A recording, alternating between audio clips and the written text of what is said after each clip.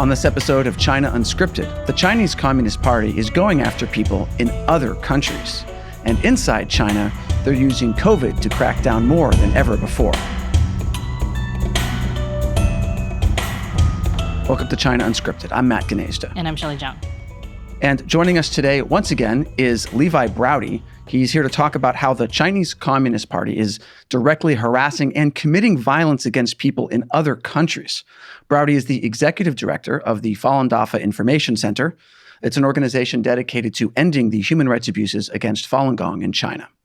Thanks for joining us, Levi. Yeah, Thanks for having me back. Yeah, it's good to see you guys. Yeah, I think it's good to see you too. I think you might be our first in-studio guest in the new studio. Yeah.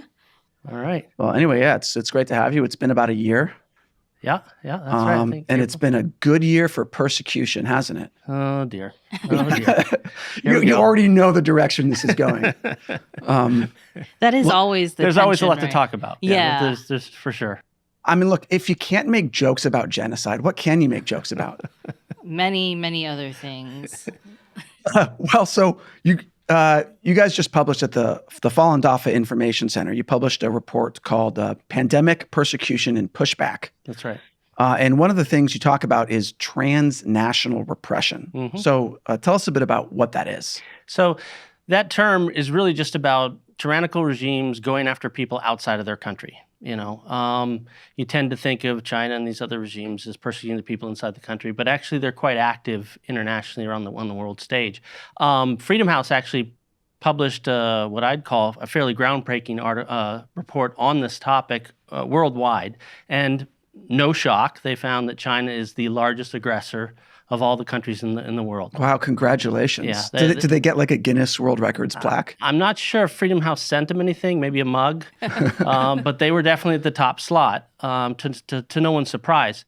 And we found that report very interesting, and so one of the things we did in this report, and we cover several things, but when we looked at transnational repression, we really broke that down in terms of why they're going after Falun Gong, what's the scale of what they're doing to Falun Gong, and kind of the different tactics they use in different countries. So we sort of really bring that out in the report. That's interesting because you don't hear much about the China going after Falun Gong overseas. Like you hear about Russia poisoning people, obviously, because it's Russia. Remember Iran? Iran. I was going to say they tried to assassinate that dissident who lived in New York. Well, they tried to kidnap her and bring her back to Iran. Oh, is that what they were doing? Yeah, okay. But then after Salman Rushdie was attacked and stabbed, the FBI basically moved her to a safe house because they said that Iran was trying to assassinate her too. Right. And so it doesn't come as a surprise that Iran is doing that and that Russia is. That was pretty well publicized. Yeah. But I haven't heard anything really in the media, in the mainstream media, about the Chinese Communist Party going after.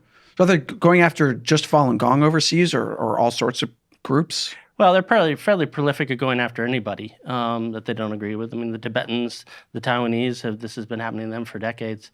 They go after the Uyghurs to some extent. I mean, Falun Gong, they've been doing this actually since day one. I mean, literally days after the persecution was announced in China, we had people in New York whose apartments were ransacked, and pretty soon after that, some pretty creepy things. We had people who they would be having private conversations in their living room or off in the middle of a public park somewhere with no one else around, planning some sort of activity to expose the human rights abuses in China. And at 3 a.m. that night, they'd get a recording of that private conversation on their phone.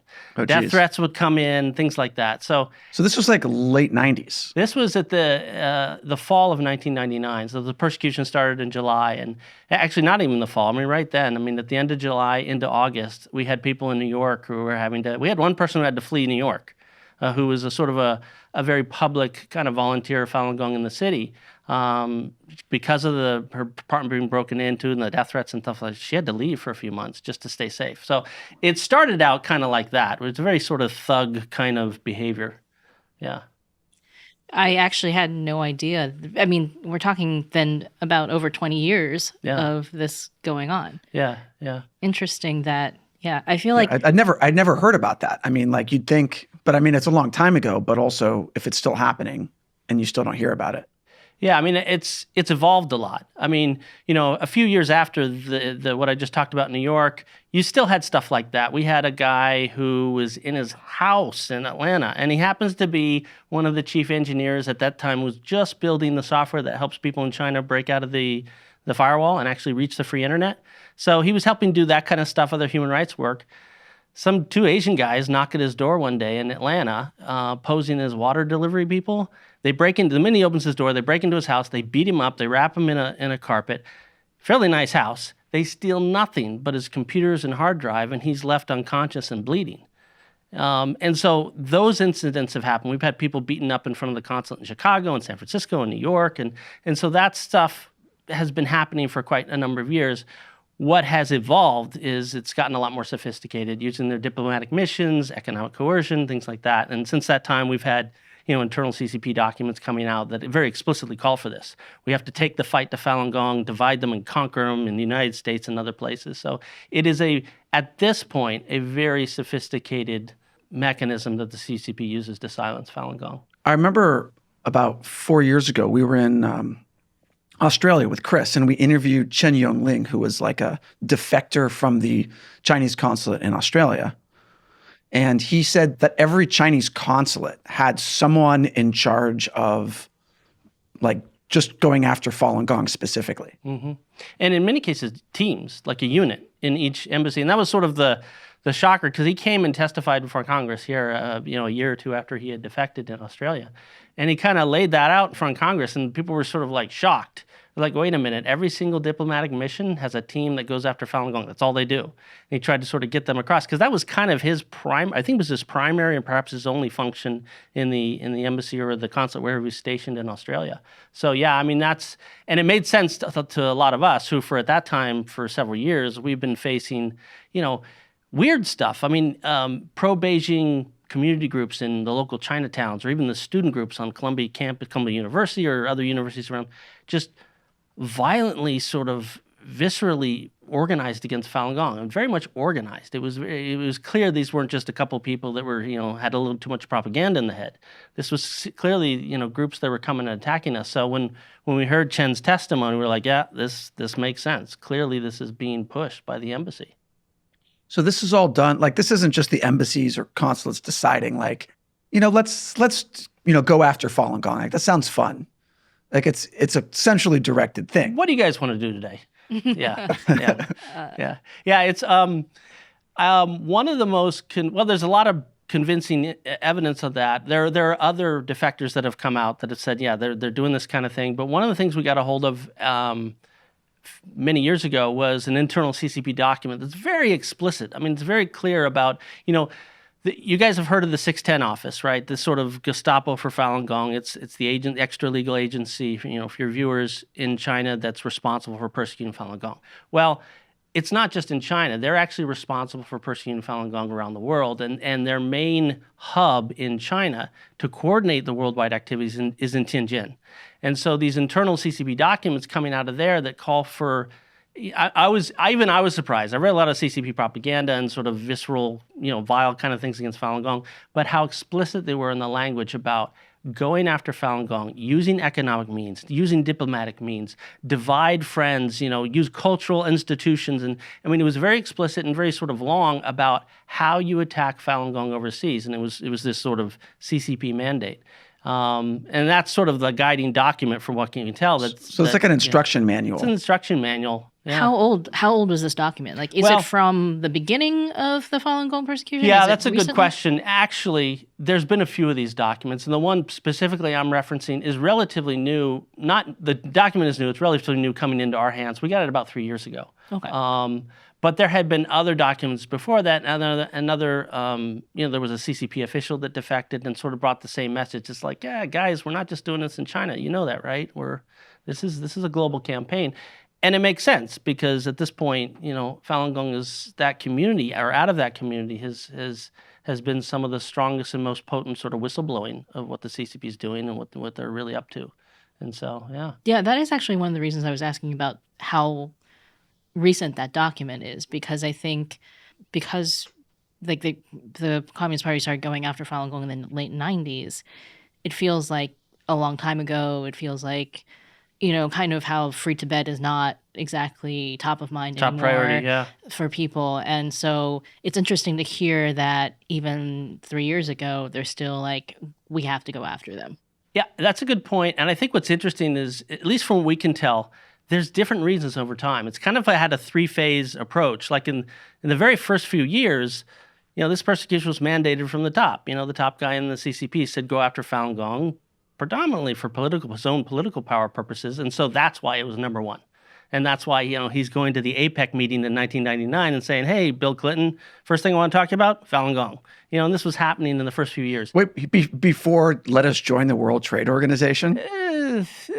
Sort of like in parallel. Yeah. In parallel. I mean, they needed the money from the WTO trade to then go after Falun Gong. Obviously, it's expensive to persecute people.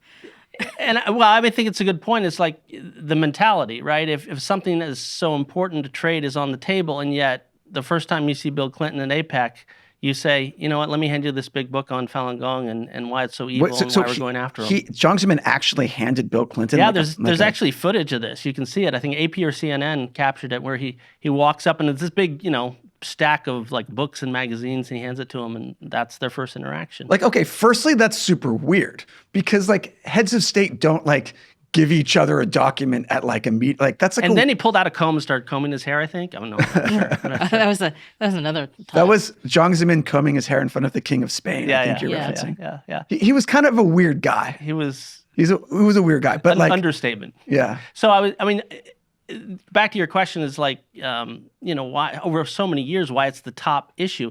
It's changed. The first few years, it was because of that. Then it became, look, what was happening to Falun Gong as early as 2002, 2003, horrific. There's rampant torture, rampant gang rape being used and you guys have covered this on your show, being actually used as a tool of suppression, or forced organ harvesting has come out. So this is the time period where people are starting to use the word genocide, right? So after Jiang Zemin stepped down, what I believe became the impetus for it to still be the number one issue is cover-up. We've got to put a lid on this because now people are starting to accuse of genocide. And so you have that. But then in the last 10 years, out of the Falun Gong community has come media companies and human rights organizations and cultural institutions that really, combined, if you look at them, have really led the way in terms of pointing out the danger of the CCP to the world. And I think that is now the driver. Yes, it's still Jiang Zemin's campaign and he has some power in China. Yes, it's still a cover-up. But now it's about, we've got a whistleblower on the stage that knows us inside and out. We've got to silence him. And I think that's what keeps it kind of at the top priority after more than 20 years. So you're saying that Falun Gong is now like the main whistleblower? Yeah, absolutely. So it's kind of an interesting, the persecution of Falun Gong is what you talked about last time on the podcast, how like this repression then led Falun Gong, which was basically just doing like meditation or Qigong in the park, right? Like led them to become what they were not before, which is a political organization. Ironically, they were accused of being political before they were, and then they were persecuted, and they became political in the sense of basically raising awareness about the persecution and have increasingly become, now you say, the key voice in exposing the crimes of the Chinese Communist Party. So they've created their own nemesis. Yeah. Yeah. I think it's also a good movie. It's also interesting because, like, when we hear like, oh, you're getting like they were accused of being political, that doesn't seem like a really bad thing in the U.S. So like all of our social issues that people talk about end up being political. Like it's not. But in China at the time, being accused of being political was one of the worst things you could accuse somebody of, because that is, you are the only thing that is allowed to be political is the Chinese Communist Party. Right. Well, they're political and they're backed by the CIA, right? Those two things go together, right? Yeah. Well, we've been accused of being backed by the CIA more than once. Yeah, which is like unfortunate because like we're in the worst case because we're accused of it, but we don't actually get any of that CIA money. Whereas like at least we'd want to get some of that money. But well, and I think, you bring that up as a joke, but there's a question that a lot of people ask, which is, Falun Gong is mounting this essentially big resistance movement. Is it getting, where is it getting its money from? Yeah, that is actually that is a very good question, and we do get that a lot. And I think people have a hard time understanding the answer because it's almost too simple. And the answer is it's a bunch of volunteers. I mean, it's volunteers worldwide. And I think, if you look at most of both Falun Gong, the practice, and Falun Gong, sort of the peaceful civil disobedience movement, in terms of how it operates, really, in both cases, started in China and went outside of China. And if you look inside China, I mean, today, there are literally tens of millions of people who, in the back room of their apartment, are printing out leaflets, and under cover of night, they go out and they sort of distribute these leaflets that sort of debunk the lies of the CCP. I mean, this is a massive movement. Not a penny of it comes from some corporate sponsor or anything like that. These are just regular people who feel so strongly about Falun Gong and the injustice done to them that they're going to get up and do this. And imagine what that takes. I mean, I can't think of an organization in the world that could, through money or sort of traditional structures, organize 20 to 40 million people to do that inside China. And I think it sort of speaks to, when they went after Falun Gong, you're going after someone's spiritual practice. I mean, it's one of the things that people most hold dear, and they're obviously going to, have a very strong will to sort of counter that. And I think it's exactly the way we see it outside of China. I mean, it's just massive amounts of volunteers year after year. Yeah. I mean, I don't actually find that very surprising because having been in Hong Kong in 2019 during the protests, it's like, when we saw 2 million Hong Kongers marching in the streets, we talked to a lot of Hong Kongers, they're not being paid by anyone. It's the repression that costs money. But people going out and holding up a banner, or people, giving an interview to the media, the people in Hong Kong, they were volunteers essentially of just being part of this peaceful resistance movement against the CCP's encroachment on Hong Kong. And I think a lot of people, the protesters themselves were donating money to make first aid kits, for people who are on the front lines. I remember them and they'd hand out, people would go to a 7-Eleven and they'd buy a big, 24 pack of water bottles, and they just carry it to the protest. And you never saw the same brand being passed out at different sites because everyone was just doing it randomly. People would make food or package food, and I mean, maybe it was a little sketch, but I totally see how it could be just volunteers who feel that something bad is happening. In this case, the CCP's sort of encroachment on Hong Kong. Little did they know. And they just feel compelled to do something. We met that one guy who flew. He was a chef in Canada who flew to Hong Kong to be part of the protests. Oh yeah, who flew back to Hong Kong. Yeah. Yeah. There were. I mean, it's like with this thing. I mean, with this magazine, we just put out. It started with an email from me to volunteers around the world going and say, hey, we're going to put this together. Gave them sort of a sketch of how many pages. We gave them sort of it's probably going to be about this much per copy. Who wants one? And sort of I get a dozen or so emails from different parts of the world say, okay, we'll probably use 200 here. We'll probably use 500 here. How about we print this? We all pull our money in together, pay for it, print it, and send it out. That's the way we've been running the show for more than 20 years. And it's just sort of, that's the way it's been done all around the world. Yeah. I mean, I haven't seen any, hashtag free Falun Gong campaigns from big corporations. It's not really it's not the cause du jour. No. Nothing that brings light to anything bad the Chinese government is doing is going to be the cause du jour. I mean, you're not going to see BlackRock, Larry Fink stand there with a banner saying, I don't think we're going to see free Uyghurs. Falun Gong, sort of on the NBA court, sort of at half court. But there was, with Enes Kanter Freedom, now he's changed his last name to Freedom. He had his thing, and I remember in 2019 there were people who would go to the stands of NBA games. Yeah. And they would wear these Hong Kong shirts and hold up banners. And well, I think they got banned a few times. It was. Oh yeah, but it was considered not okay to do that. It doesn't hurt them to be game. banned because that's what brings attention to it. Yeah. And kicked out. I mean, there are definitely people, I think, in Philadelphia, in New York, who were brought in the shirts, and that was that really kind of hit home, is that when you walk into an American arena with something advocating for democracy and you get kicked out. I mean, clearly that was an indicator to a lot of people something's really wrong. Yeah, that was happening at tennis matches this year. Yeah, like Wimbledon. the Australian Open and Wimbledon because of Peng Shuai. Yep. That's right. Yeah. Yeah. It's really interesting. Well, I mean, I think one thing about the Falun Gong thing that's also hard to understand, but also impressive to people, is that it has, like, you guys have been able to keep resisting for 20 some years because, you know, you talked about like what the Chinese Communist Party said, that you need to like break up Falun Gong, break up the diaspora, like use cultural institutions, use whatever you can overseas NGOs to target them. I mean, in a lot of ways, this is also how they targeted, for example, the pro-democracy movement overseas. Like after the Tiananmen Square massacre, a lot of people who were the student demonstrators fled overseas. They started trying to kind of have organizations that were promoting democracy in China, but it kind of fizzled out. Like the Chinese Communist Party was able to really successfully target them and kind of break that up and make sure that they were never a force that could actually challenge the party's rule in China. What do you think the difference is with Falun Gong that it's been able to keep going? As cliche as it sounds, I think it's conviction.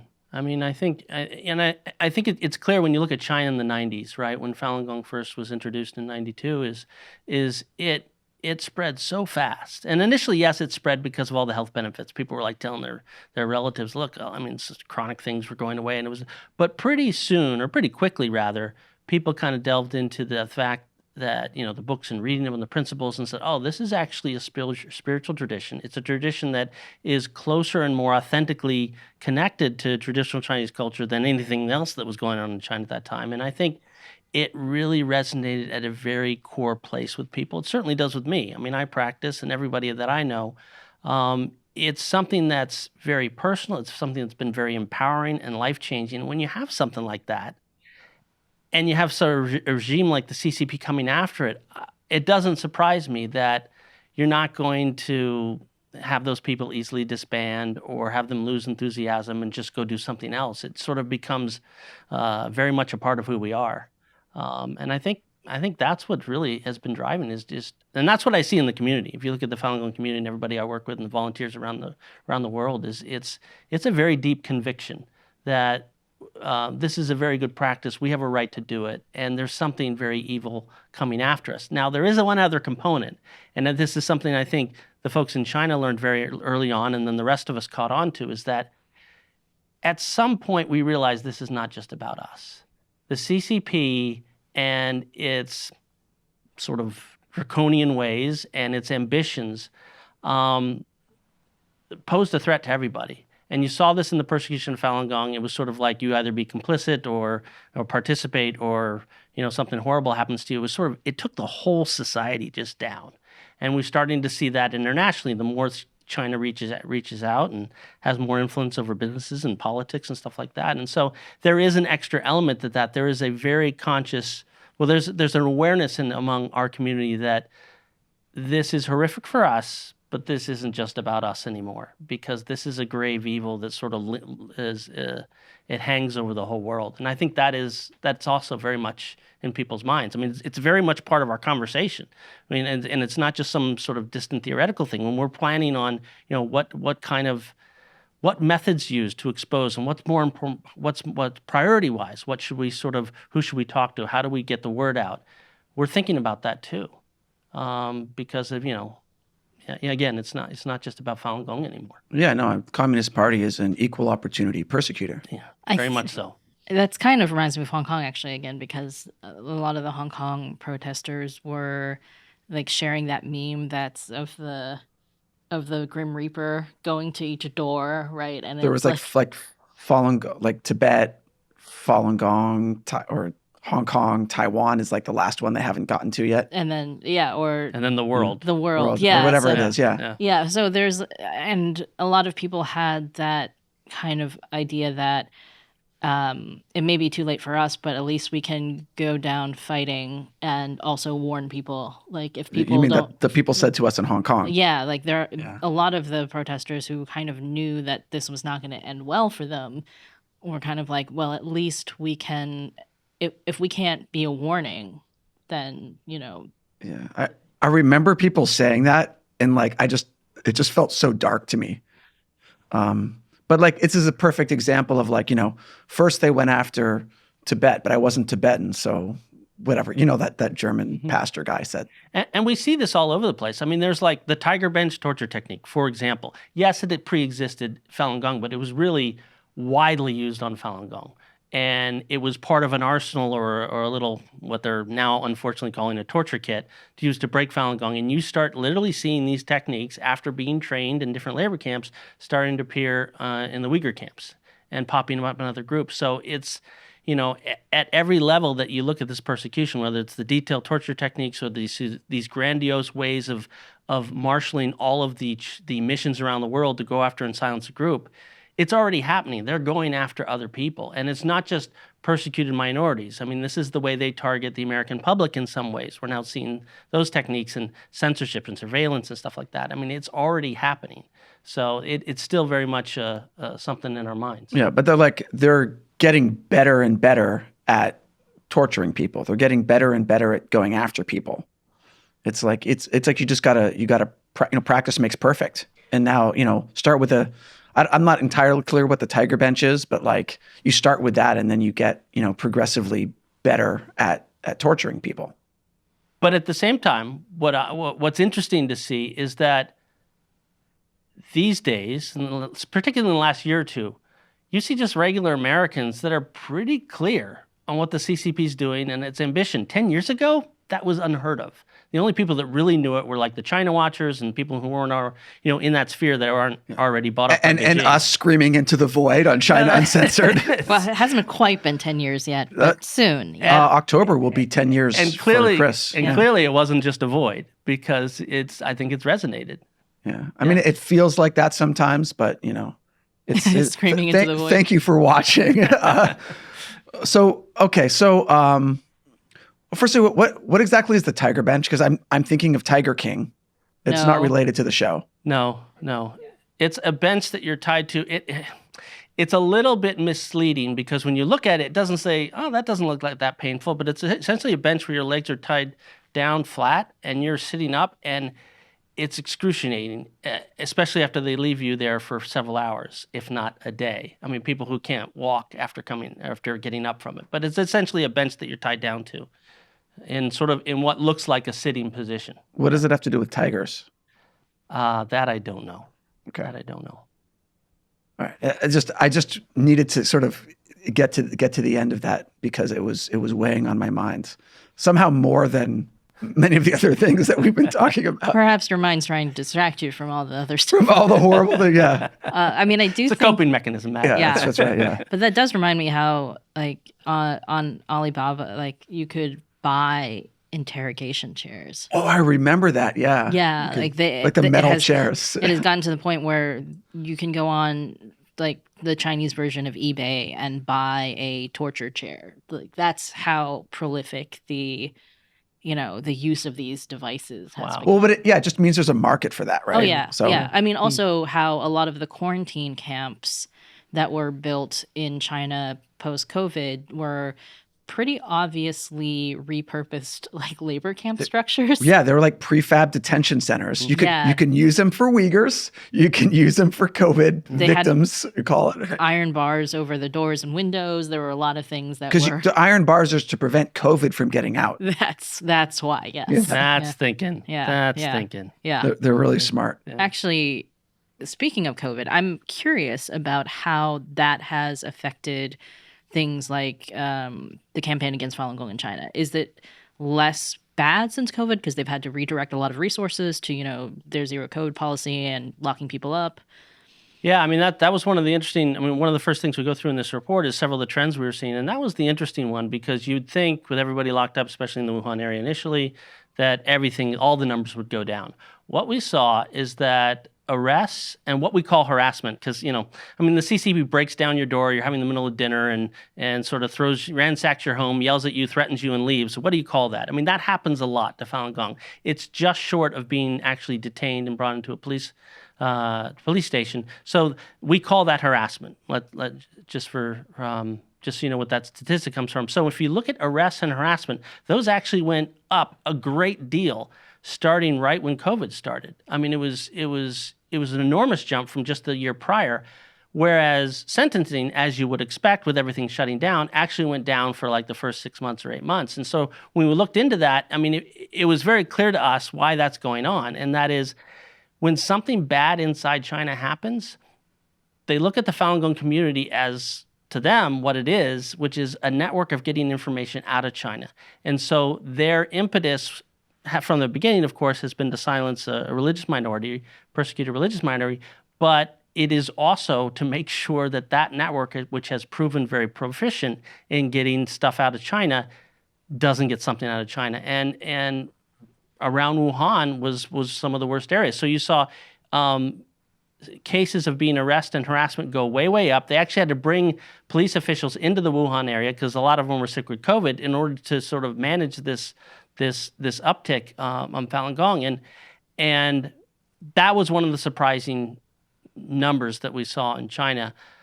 And if you look at some like some of the specific cases, like there's this lady named Shuna who's, back in 2008, her and her husband were coming home from a concert. They were picked up. They had a Falun Gong book in their bag, and they were both put in detention. He died a week later. She spent years in a prison camp. She was tortured.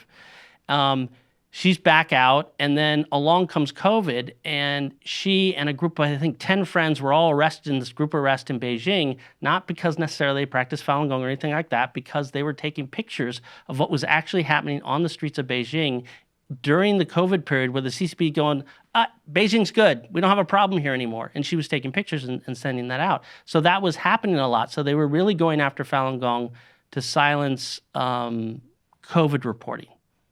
And that's why you saw an uptick there. Yeah, one thing that was that Shelley and I found interesting in your report is one of the early Wuhan whistleblowers, Feng Bing. You said in the report they were a Falun Gong practitioner. Mm-hmm. Yeah, he was one of the big ones, right? He was right at, I think, end of January, the 25th, around there, where they're still saying everything's very much under control in Wuhan. He's sending out pictures of like body bags and the huge lines. He was broadcasting on YouTube. I didn't know he was a Falun Gong practitioner. Yeah, he's a Falun Gong practitioner. Oh yeah, because there was a lot of media coverage of him. Yeah. We did stories on him and some of the other whistleblowers too. Never saw anywhere that he was Falun Gong. So now I see why the CCP perceives Falun Gong as being so dangerous during COVID. It's just like people who are like, you spent the last 20 years doing like documenting horrible things the CCP has done inside China. And so like now it's escalated to the point where it's no longer just about going after Falun Gong, as you said earlier. It's about like covering up the cover-up that covers up the cover-up. Like that whole, like you just sort of spirals out of control. Like a lie, it's like one small white lie that just like gets out of control, as you try to cover it up. And, it's interesting how that started, because in the first few years of the persecution, when I mentioned the Falun Gong are printing leaflets out and putting them on front doors at night and stuff and letting people know all the stuff on state-run televisions and nonsense, they were hitting a lot of resistance. And what we found inside China, at least, is that people were just highly brainwashed. They're like, hey, if the CCP says you're bad or evil or this or that, you probably are. And so at some point in the community, we decided if we're going to get people to listen and understand what's happening to us, we're going to have to tell them who the CCP thing really is. So let's go back to the beginning and have that conversation. And so a lot of the materials that Falun Gong community inside China passes out is not really just about Falun Gong. It's also about, how the CCP came to power, how many people they've actually killed, what all those, different movements were about, and really dissecting the history of the CCP. So there is an impetus already, not just because, something's bad and I'm going to report anything that's bad, but there's very much there's very much an intent to say, look, the CCP is really evil. Clearly, you're not listening to us. We're going to tell you who the CCP really is. And out of that comes all this impetus to report things like COVID, things like SARS. The same thing happened in SARS. I mean, the network of Falun Gong practitioners knew about a mystery illness 2.5 months before it hit the world stage. I mean, we didn't even know what it was when we were getting the reports out of China. It was just, this mystery illness that was passing around. So there is very much an impetus in the community to report this stuff. Yeah. And have you seen a change in the attitudes of people in China? That's one of the bright parts of my day, Shelley, I'll have to say, is that because it's so dark so often, but there are so many of these little pockets. It might be a village somewhere or some sort of little precinct in some far-flung corner of Shanghai where, the local Falun Gong people they know the police officer, they know the chief of police, they know the CCP guy, and they've been talking to this guy for sometimes years. And at some point, a change happens just in that little piece. So there are these little pockets all around China where they've kind of said, we're not doing this anymore. And so you see a lot of that. So that does happen, and it's one of the few bright spots that come. When you say we're not doing this anymore, what do you mean? We mean they're not gonna follow the CCP to persecute Falun Gong, because normally they have quotas every year. This is how many Falun Gong people you got to detain and brainwash and convert to love the CCP again. And those campaigns take different names. I mean, they roll out different sort of initiatives to keep the persecution of Falun Gong going.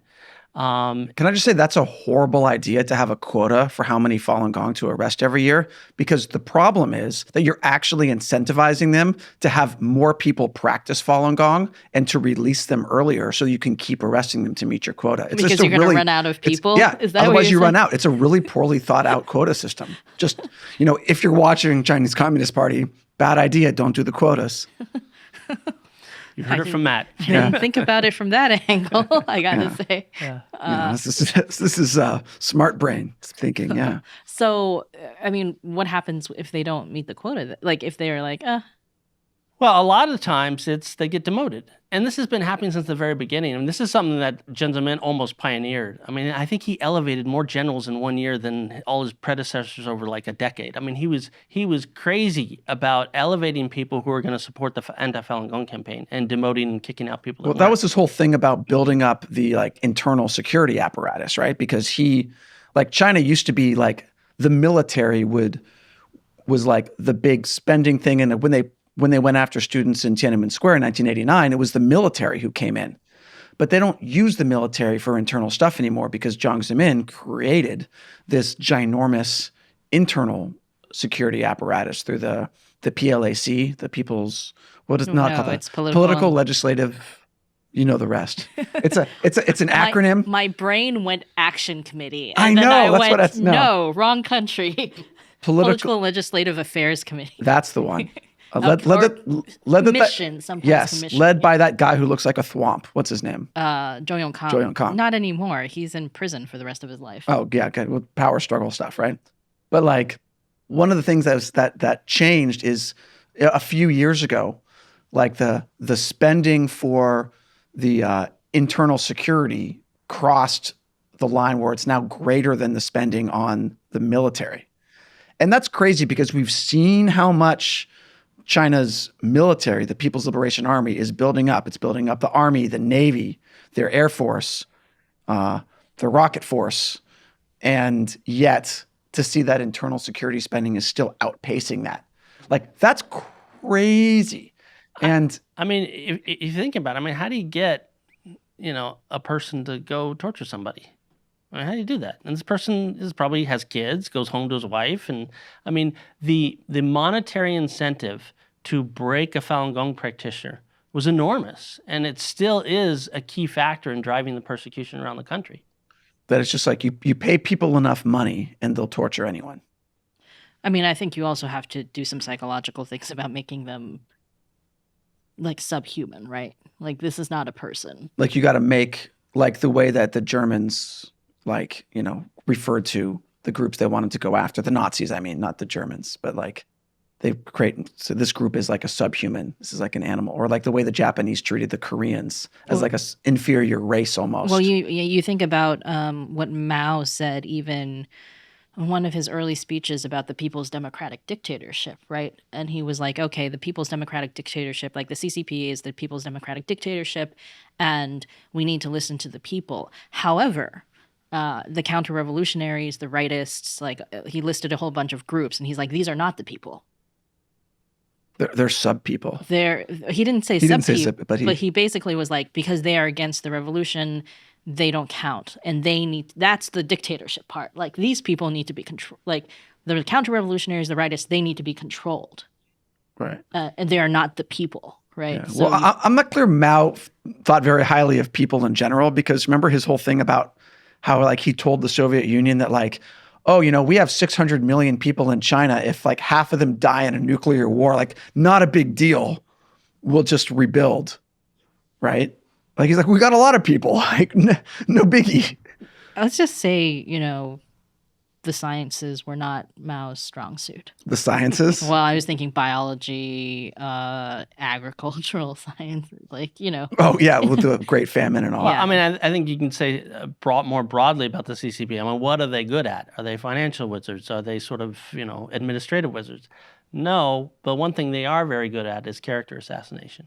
And that's one of the things that was sort of deceptive for me. Because when I look at, if you just look at typical CCP propaganda, it looks so on the nose and obvious, and you're like, who would ever believe that? But actually, seeing their persistence and the way in which they tap into the market they're going after, and what they did with Falun Gong in this respect, because you're absolutely right. That was actually a key component and remains a key component, is to convince the public that that Falun Gong is evil and twisted and deserves sort of what's coming to them.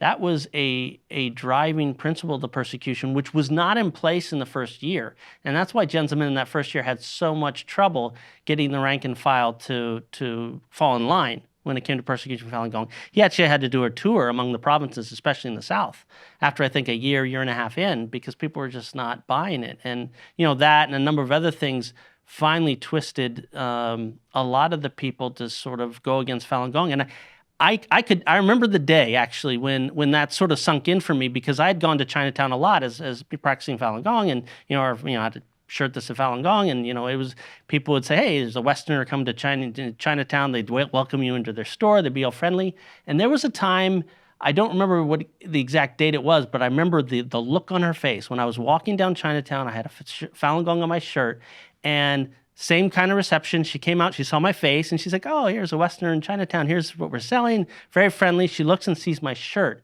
And the distortion on her face was immediate. It was like she just saw something horrid, and she kind of drew away from me. And then that was the end of the conversation. She went into her store, and that was it. And that was sort of where I realized they'd succeeded to some extent with the Chinese populace on convincing them that Falun Gong is something evil that they need to stay away from. If I had to guess, it would have been after the because we did an episode on this, the Tiananmen self-immolation thing, that the CCP staged this thing in Tiananmen Square where they basically hired like some homeless people or mentally ill people to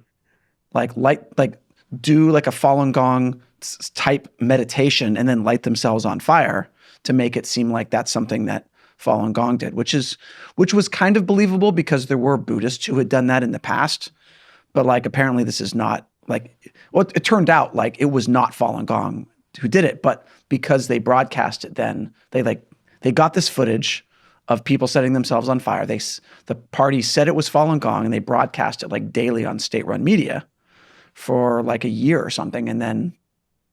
Like that, and it was gruesome. It was gruesome. I mean, they had up close photos or video. I've seen the video. Yeah, I mean, it was pretty gross. Just awful. And I can see how even if in the 90s, if you had family members practicing Falun Gong and you knew it was sort of this wholesome traditional Chinese thing, if you watch that kind of video long enough, it has an impact. And I think you're absolutely right. That was a key turning point inside China. Yeah, I mean, like if you had, for example, baseball players, and you stage something where like a bunch of baseball players set themselves on fire or did something that seemed crazy, like you'd start to think like maybe baseball is like leads people to this. Like, I know that sounds stupid because it is stupid, but also it's really effective. And you say, the CCP is really good at character assassination. And like they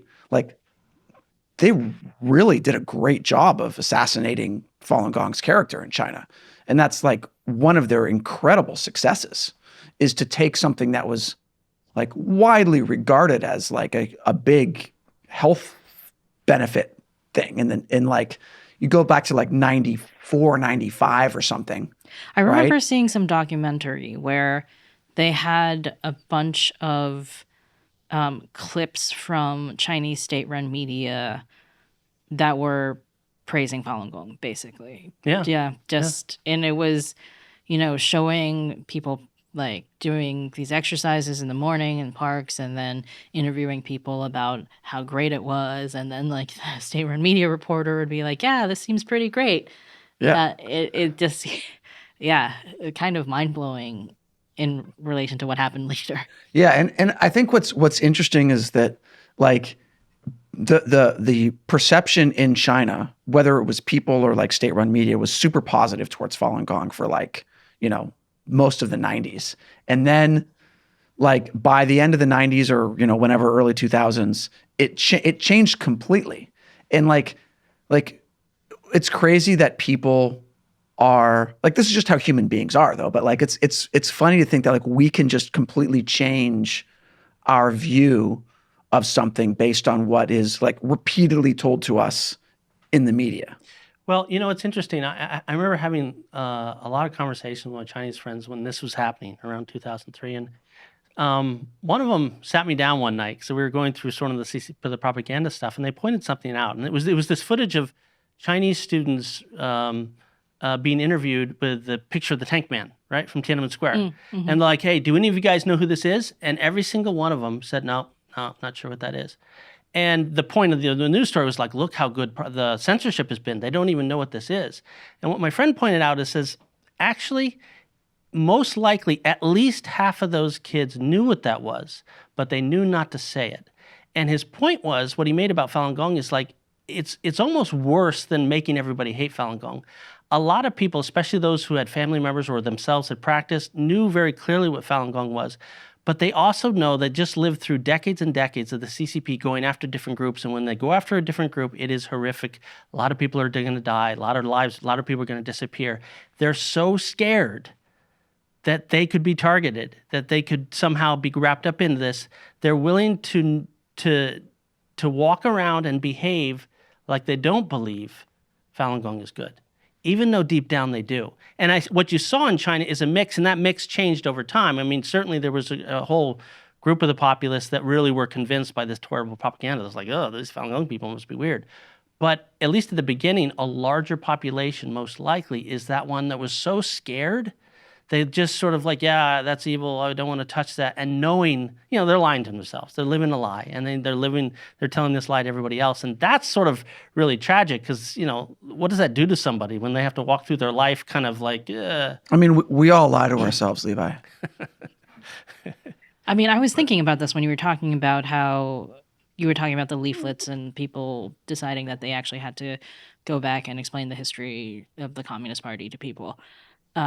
That in a lot of cases, people in China, like, it is easier and to just believe when the government says you're a troublemaker, that you must have done something.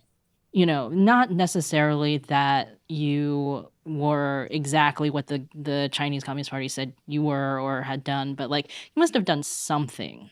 And I think that is the thing that a lot of people cling to until it's suddenly them on the other end of it. Like I remember it was a New York Times story about a guy who had gotten arrested for making a joke on WeChat. In a private WeChat group with his friends, he'd made some kind of joke about Xi Jinping. Was it a good joke? I don't remember what the joke is anymore. This was like from like 2018 or 2019. And he got taken in and, detained for a couple months for making this joke on WeChat. And then he was like, when I came out, all my friends were like, you deserved it. Like, even though and he was like, I shouldn't have been detained for just like making some stupid joke. And they were like, but you should have known to not cross the line, to not cross the party, And I think that's something that people like think that like, well, as long as I don't cross that line, like if you feel like the people who got in trouble must be troublemakers, then you're like, if I'm not a troublemaker, I'll be all right. And I think this is also one of those things. First they came for the troublemakers, Well- but I was not a troublemaker. And Well- that's the end of the story. No problem for me. I was thinking the Shanghai lockdown had a big psychological impact on a lot of people because it was, it covered so much of society. And a lot of people who thought they weren't troublemakers. Right. Like the middle class, even the rich, like in Shanghai, you're like locked down. Yeah. And they were like, I didn't do anything. And suddenly I have no food in my apartment. And, this isn't right. So I think that that's one of those things that I think slowly you see that mentality in China changing on a grander scale as the Communist Party kind of targets more and more people. I mean, zero COVID. Everybody's more afraid of being quarantined than they are of getting COVID. Pretty soon it's going to be zero colds. Yeah, well, zero COVID is going to work just about as well as zero Falun Gong. Not at all. Which is to say, it doesn't work long term. That COVID's just going to go underground.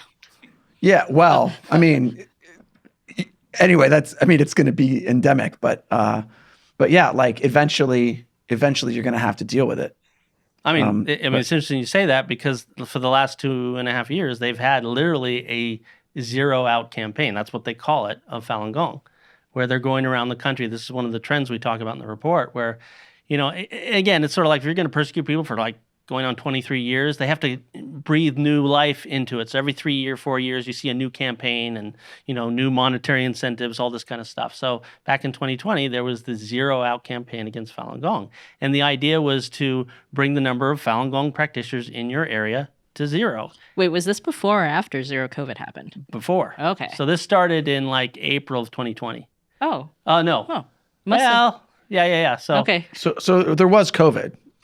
Actually, no, I'm sorry. It started the year before. So this was going on before COVID just hit the scene. Yeah. Okay, so 2019. But you see a very similar mentality. And, the idea was to try and use coercion and some of the more tech things, so that they have, the card that everybody carries in China. It has a chip on it that, has all, your social credits, all that kind of stuff. You mean like on your phone, like it's got like your app? Yeah, set. so now they have a thing where if you're one of the things you're flagged as a Falun Gong practitioner, if you just get within 20 feet of a police officer that's got one of these devices, it goes off. So they can actually tell, who the Falun Gong are. They just walk into a square and tell who the Falun Gong are. That's one of the things they're using in this zero out campaign.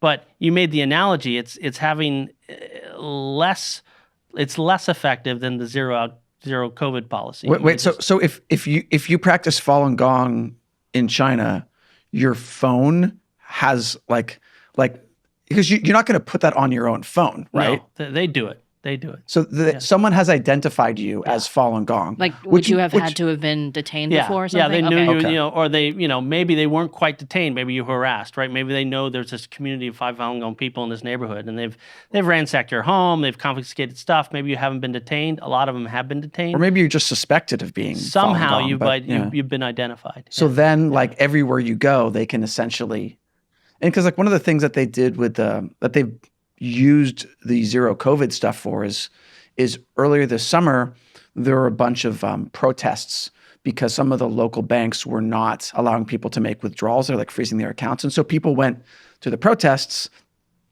And then afterwards, it turned out that like local authorities had turned some of the people's COVID apps turned red, or their travel app or whatever. Yeah. So they couldn't actually take public transit to go to another protest.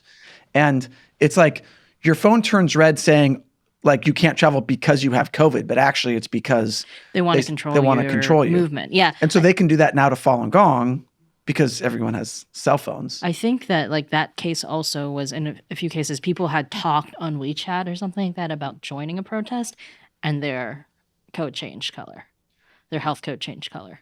So yeah, I that actually reminds me, like there was something happening similar to the Uyghurs where they were being made to install certain apps on their phones. And I mean, obviously, geographically, it's easier to keep track of the Uyghurs because most of them are going to be in Xinjiang. But like, that sounds very, I had no idea that they were doing that with Falun Gong too. So if you have COVID, your app turns red. If you're Falun Gong, it turns yellow. I don't know what the color is, but it's not good. Okay. So, well, it's interesting because like the Uyghurs, right? They're all in one place. Although now they've made the mistake, the party has made the mistake of shipping them out to do forced labor in all different parts of China. Yeah, well, I So think now it's harder to keep track. Well, not when they ship them out because they're in separate facilities with security guards and things like that. It is. It's like how to get around U.S. sanctions on Xinjiang is you just do the Xinjiang forced labor, that same thing, but Yeah. you bring the people in the factories to a different province, and then it's like A-okay. Well, I mean, I actually think that the Xinjiang slave labor bill has a provision that accounts for that. Like, it doesn't have to be physically in Xinjiang as long as it's slave labor with Uyghurs. But I think they were doing that before any of that legislation came in because they were trying to hide how many people were being detained.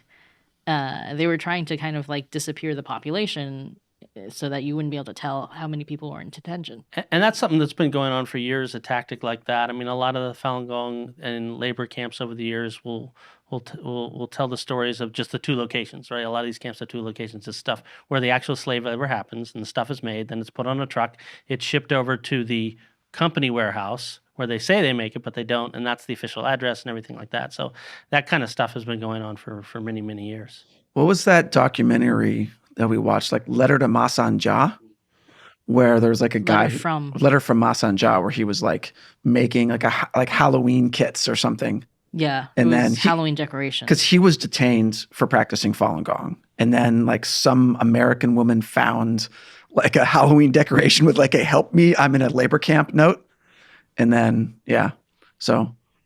She was in Oregon, and I think the filmmaker actually got those two together. He had gotten out of China. And the woman in Oregon who found those got those two together for an interview. Yeah. Well, speaking of America, I want to kind of bring this back to some of the stuff that the Communist Party is doing, the transnational repression, because we started talking about that, and I actually wanted to talk more about that, and then we got distracted with all of the terrible things, and the tiger benches and all that. So going back to transnational repression, how is the Chinese Communist Party monitoring people? Let's just focus on the U.S. for now. Like, how are they monitoring Chinese dissidents and like other China-connected danger people as part of this transnational repression? Well, I mean, they have an enormous amount of human intelligence, unfortunately. A large population of the students that are over here, a large population that came over from China, they're working here. If they're not outright spies when they came here, they have family members back home, and those are often used as leverage so that you could actually be a regular student or you're just trying to get a degree and make a good life for yourself. But you happen to be Chinese, and the Chinese government comes and knocks on your door while you're sitting in Iowa at your university and say, look, you need to look after, I want you to look at spy on your other Chinese students or something that's going on campus. Maybe there's a Falun Gong group on campus. So a lot of that human intelligence happens a lot through the Chinese community. And it's primarily through the embassy control over the student groups that are on campus or the embassy coordinating community groups, pro-Beijing community groups in Chinatown. And that's highly pervasive, and that's a big way in which they kind of keep tabs on people and do a lot of surveillance here.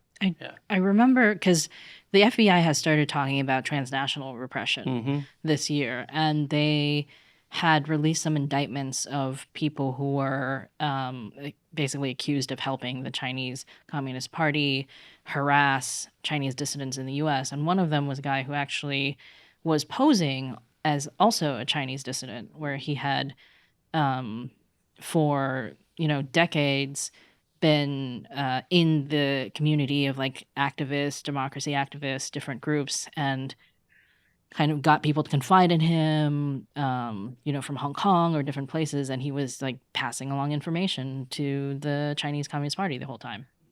Wow, that's terrifying. And we get, that happens. I mean, that's one of the things with Falun Gong is it's totally open. It's like if you want to go to an event or a practice site in the park, I mean, it's just, it's totally free for anybody who wants to learn or participate. So it's a fairly porous system, and we see a lot of that. I mean, usually so you as a Falun Gong practitioner don't know whether other Falun Gong practitioners are like actually plants from the Chinese Communist Party? Well, now that you put it that way, I mean, we know each other pretty well, and I think after you've practiced Falun Gong, there are certain things, if I see someone sitting over there chugging a beer and smoking a cigarette, I'm like, okay, that's probably not someone who practices Falun Gong. So there are indicators, but yeah, I mean, there'll be a lot of, if new people come in, we're not sure.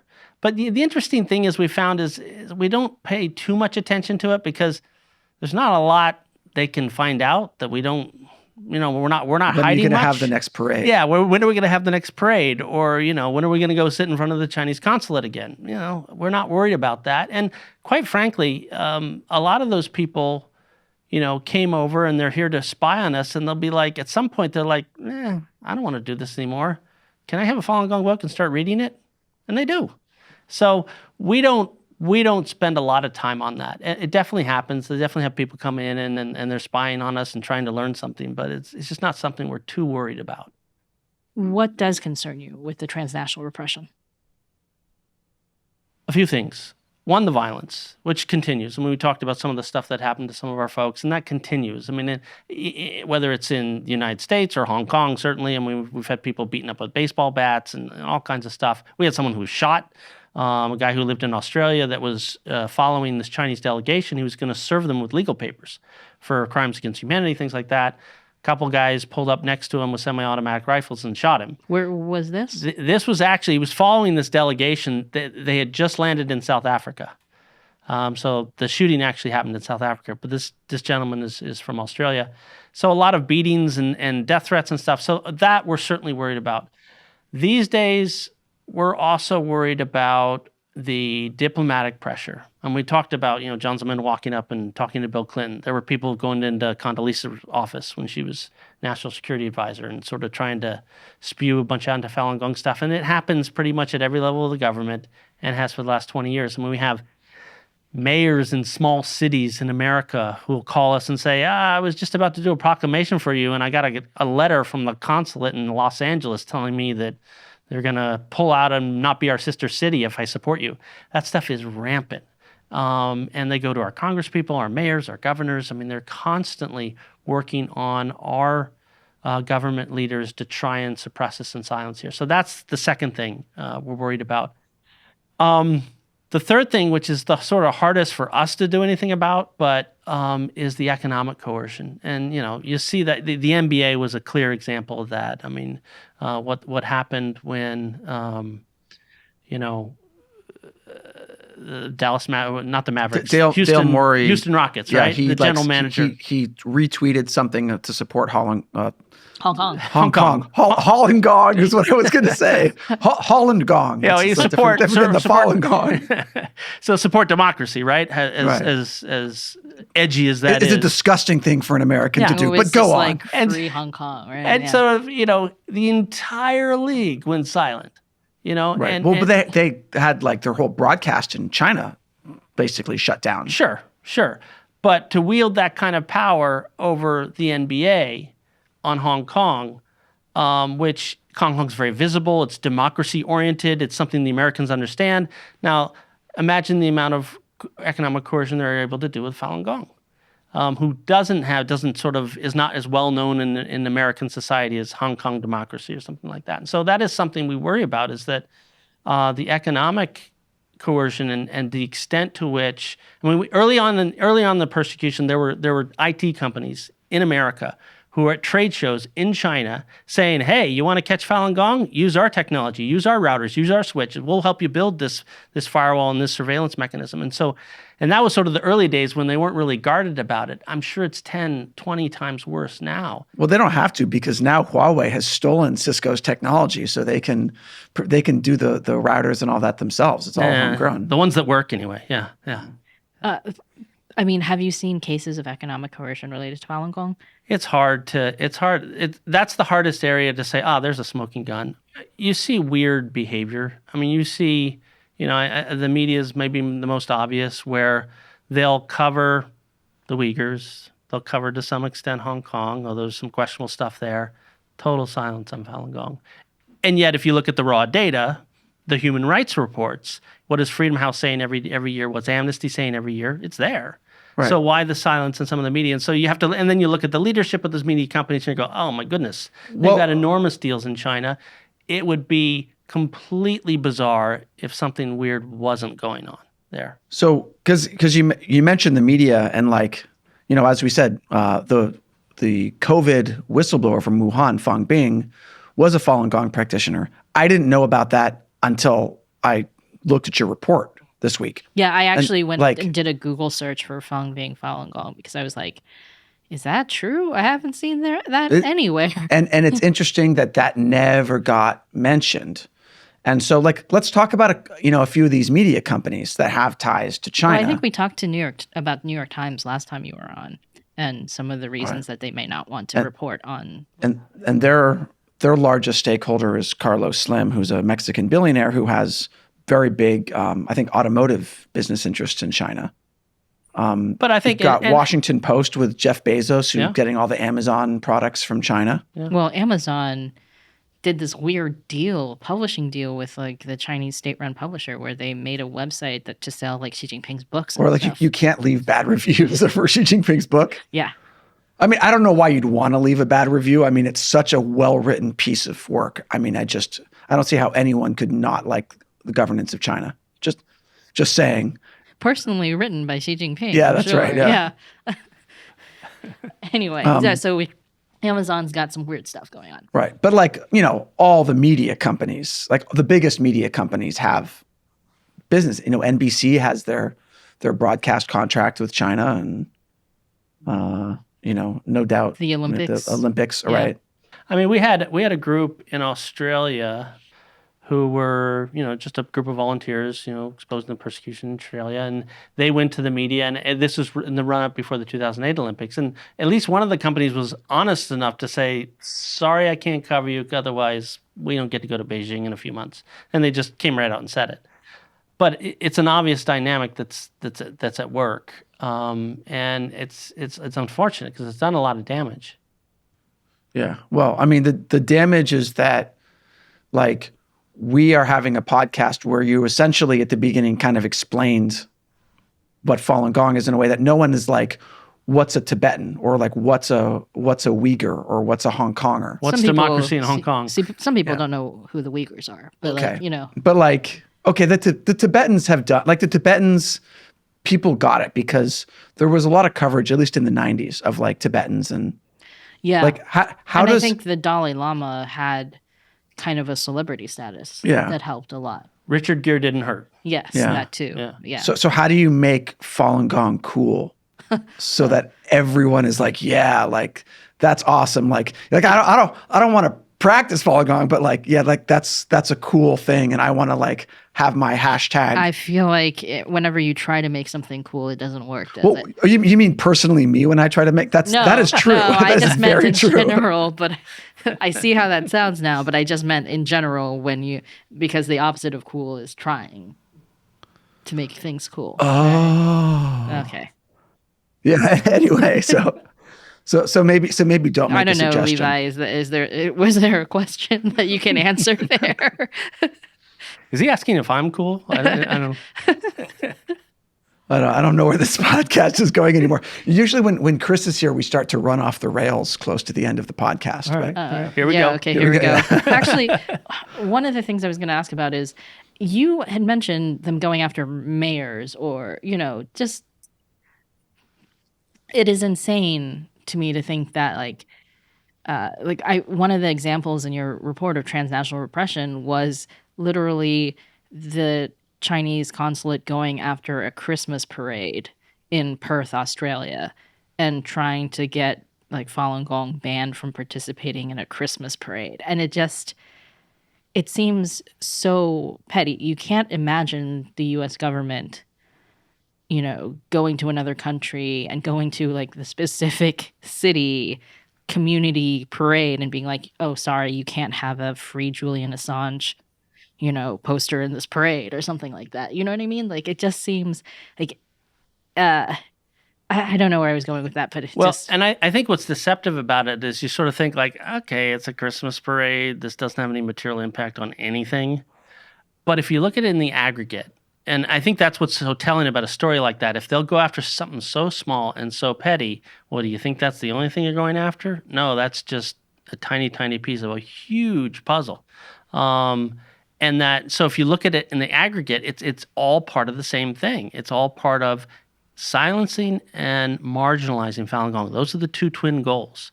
Because again, coming back to the idea that this is the community that years before most other people on the international stage was saying, wait a minute, this CCP is really evil. You guys don't get it. This is really bad. And these are their crimes and this is what they're doing. And so we got it in 1989 and then we forgot it. Well, sort of. But it was sort of, I think you have to, when you look at something like the Christmas parade, you have to think of the aggregate because the aggregate is the reality. It's happening in every city in America, and it has for 20 years. And that has, in aggregate, that has a real effect at keeping Falun Gong sort of off to the sidelines. It's not something people talk about. And if they're not going to talk about it, it's not on anybody's radar. There's no impetus to do anything about it. And that's exactly where the CCP wants the Falun Gong story to be. Oh, dear. You do this every week? Yeah. I know. When you say this and you looked at Shelley, did you mean... I think he meant deal with Matt deal with you every week. week. Yeah. That's what I feel. That's why you're in the middle, right? Yeah, I'm in the middle. So Chris can annoy me on one side and Matt can annoy me on the other side. I was going to ask actually about, because one thing I noticed this year and last year is that the U.S. State Department, like the U.S. government actually sanctioned some officials for persecuting Falun Gong. And I do not remember seeing that before. Yeah, that's entirely new. There were two. The Trump administration sanctioned somebody because they persecuted Falun Gong, and then the Biden administration, earlier, sanctioned not just anybody this time that was persecuting Falun Gong, but somebody who was part of the 610 office. That the agency we talked about that's specifically targeting Falun Gong, which is huge because officially the 610 office still kind of doesn't exist. That's the official line of the CCP, and so to sanction that individual was also an acknowledgement that said, hey, CCP, we understand that this office exists. And we understand, the mission of that office. So that was huge from sort of a diplomatic standpoint. I think what most people miss is how big it is inside China. Because, we talked about these tens of millions of people who are getting persecution reports out of China so that, people can know what's going on in China. Well, the information goes the other way too. Those leaflets that people were printing out, well, they get a lot of that information from overseas human rights workers. The history of the CCP and stuff like that, but also news of, hey, this official in China was just sanctioned by the United States government. That goes on a leaflet, and suddenly it's on every doorstep in your village or your town or your city in China. And the reason that's so big is, first of all, they're like, that's a clear acknowledgement the United States stands on the side of Falun Gong, not the CCP. That's big in and of itself. But what may be bigger is that a lot of the folks in China have some hope to get out of China, including a lot of police chiefs and those folks. They want their kid to go to college here. They want something. And those sanctions prevent you from traveling, prevent you from having money out here. Suddenly, everybody's scared that, they're next, or they're going to get on some list that the United States government has. And so we actually saw a lot of reverberations around China where people were like literally coming to the Falun Gong people that they had detained and saying, I'll let you go if you don't tell them I did this. Or people who are trying to move their position, like this is the part of the department, the police department, the unit, the police department that goes after Falun Gong. Oh, I work over here. I don't work on that unit. I work over here. And they're changing their titles and they're changing. A lot of that was going on in China for both sanctions. And this is something we fed back to the State Department, because they didn't even think of that. They're sort of thinking this is an international, it's mainly an international thing. It's not. It has huge ripple effects and real tangible material difference inside China. That's really interesting. Wow, that's actually really positive to hear. Yeah. No, I was going to ask if the sanctions were a sign that like some of that, the thing that we were talking about, Falun Gong getting shunted off to the sidelines was reversing. You know what I mean? I think it definitely plays a role in that. But the bigger manifestation is people going, "Uh-oh, I'm next." Yeah, and now that people in China, we just did an episode about Runshui, the run philosophy, where it's like people are now talking openly about like getting out of China and how they can get out. And it comes at a time when the Communist Party is increasingly cracking down on issuing passports or doing things like confiscating passports, and using COVID as an excuse why people can't leave. So well, I mean, this is one of the things, this is a part of the report where we sort of take a look ahead and sort of things to look at. And I think, we're starting to see some troubling things in China, right? All the mortgages going up in flames and all these protests in the banks and all this kind of stuff. And, things aren't looking good. Things have never looked great, but things are looking much worse. The Communist Party is really good at like duct taping all these things together and like just like smoothing it over, because every time in the last 15 years that I've been following China, like you always think this is going to be the thing that takes them down, but it's never the thing because they're really good. Like you say Falun Gong has conviction, but the Communist Party has conviction too. And they know how to like really just move forward and duct tape up over the cracks and bail out the boat. And perhaps, but at some point they might run out of duct tape, or the sheer physics of the colossal thing they're taping just might fall to various degrees. I mean, maybe not the whole country, but the thing we were pointing out is that the worse things get in China, the worse it's going to be for Falun Gong, because again, they're the first people they're going to go after to make sure it doesn't get out. And if you combine that, and you see this in Hong Kong, is also in the Falun Gong community, there's a real conviction to stick around. Like a lot of the folks, you look over the last 2 years in Hong Kong, a lot of the media have left. There's a lot of people who have left, rightly so, understood. There is a contingent of Falun Gong that are staying put. And if the worst things get in China, it's probably going to be the same thing. They're going to stay put and they're going to tell us what's really going on. And by doing so, they're really putting themselves in harm's way, even greater than they are now. And that's something to sort of keep our eye on. If some of the cards start to fall in China, it could get really bad. Yeah. Yeah, I was actually going to ask about Hong Kong, but we were running out of time, but I actually do kind of want to ask about this. I remember when we were walking in Hong Kong, 2019, and we saw that like Chinese auntie who was like wearing one of those yellow like outfits that Falun Gong practitioners wear, like in a parade and stuff. And she was in one of the walkways, like the raised walkways. Oh, she had a bunch of, she was passing out like flyers or something. Yeah. And then like the Hong Kong police, and this is 2019 before the repression got really bad. And like they came and harassed her. But it was also like the most politically sensitive day. It was October 1st. So it was the anniversary. Yeah. Sorry, is this post-security law or this is pre? This is back when we were allowed to go to Hong Kong. And so there was going to be a big parade and protest later that day. But like meanwhile, there was just this auntie who she looked there was like the rest of this walkway was completely deserted. Just her and like 20 cops in like riot gear. And they like come up to her and they start harassing her. And I'm like, this is bad. But it just felt like she was just there because she's always there on the weekend or something like that. She didn't even know like what the October 1st date thing was like. But like it was, I remember that because the police were awful. Yeah. So, but like, and then they yelled at us for being on the walkway too. Yeah. I don't remember if I got footage of that. But anyway, I remember that because, so the last 2 years, you have this national security law. Because one of the things that was like different about Hong Kong versus China is that in Hong Kong, you could practice Falun Gong or you could have, anything, right? And we'd be okay. Whereas you go over to the border to mainland China and they arrest you, detain you, to kill you for your organs, whatever.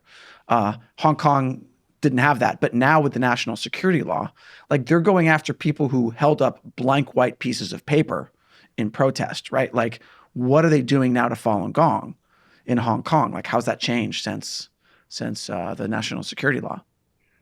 It's difficult to say, and this is where I don't want to try and read the tea leaves about who's really. I mean, as you guys are well aware, there's several factions in the CCP, and they're always fighting with each other. And which one has the upper hand in Hong Kong at any given time? It's hard to tell. It is interesting to note that, as you said, for many years, Falun Gong relatively free. They couldn't maybe rent a theater for a conference or something, but relatively free in Hong Kong. That's interesting, even though it's technically under the jurisdiction of the CCP. What we've seen is sort of isolated incidents where, again, like a lady was beaten up with a baseball bat. People are threatened, death threats, information booths. Someone comes in and just destroys their information booths. These little ladies, they're handing out leaflets and stuff like that. But by and large, the Falun Gong community has stayed.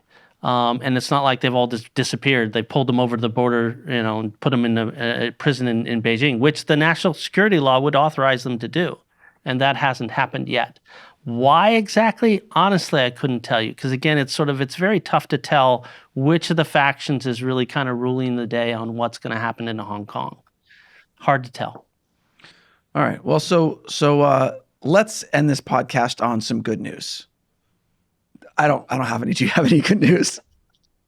Some good news. Well, I think some relatively good news. Over the last few years, particularly after the China Tribunal happened in London a few years ago, where they brought all those witnesses forward and said, okay, yeah, this organ harvesting thing is real. It's been happening on a significant scale and all that. You do start to see, first of all, a lot more coverage in the media, relatively speaking, but also now real laws being put forth. And even in the United States, and that was a big one. They haven't passed it yet, but there is a Forced Organ Harvesting Act before this Congress that has real teeth. I mean, everything else in the past related to Falun Gong, at least, has been sort of proclamation and sort of statements of where the government stands. Like House resolutions, I've seen. Yeah, House resolutions, right? But nothing with real teeth that's actionable law. And this has that. And I think other countries, some have already passed those laws, other countries are pondering them. And so as more countries start to pass these laws to curtail the practice, that could actually have a real impact on decreasing and hopefully one day eliminating this practice of killing people for their organs in China. So that's kind of hopeful on the international stage. Well, that would be a good start. Yeah. Not killing people for their organs. All right. Well, that's really the message of hope that we need. So if you could just slide over, in a really cool way, like slide over the booklet there. Oh, not me. No, I was just going to hold this up. Thank you for joining us, Levi. The book is called Pandemic, Persecution, and Pushback, and you can get it at FalunGongReport.org. All right. We'll put a link to that below. Can you read it online? Is that you can read the whole thing online? Yeah. So you don't even have to pay for it. You don't have to pay for it. Yeah. Yeah. Look, honestly, like you Falun Gong people are really bad at making money. It's for free online, which is actually how I read it too. But yeah. Wait a minute, Matt didn't even pay for a copy. I'm not going to pay for a copy. What do you think? Anyway, but thank you for joining us, Levi. Thanks for having me. And yeah, it's always a pleasure to joke around with you about terrible persecution. things, Yeah, it's a fun time. It's good to see you guys. Yeah. All right. Well, thank you, and thank you for watching. Once again, I'm Matt Gnezda. And I'm Shelley John. Thanks for watching China Unscripted.